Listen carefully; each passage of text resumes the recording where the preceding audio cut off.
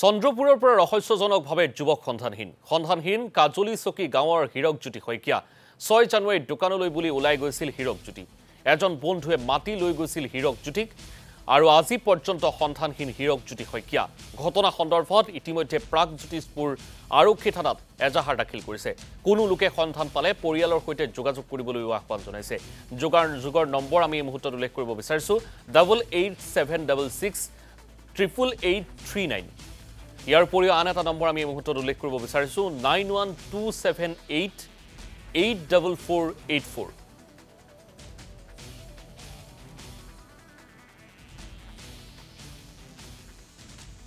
যোৱা শনিবাৰে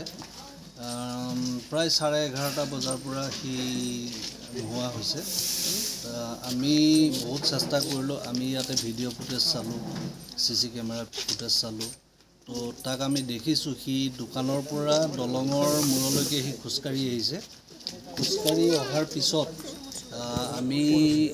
তাৰ অৱস্থিতি ধৰিব পৰা নাই কিন্তু যিখন গাড়ীত গৈছে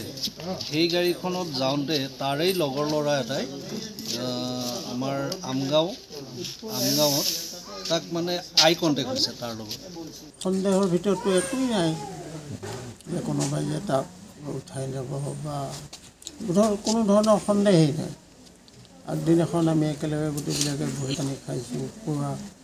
আমি যিহেতু ব্যৱসায় কৰা মানুহ ব্যৱসায়ৰ বিষয়ে আলোচনা বিলোচনা কৰি মোৰ সৰু ল'ৰাটো সি অলপ এডভান্স ওলাই গৈছে তাৰপিছত মই ওলাইছোঁ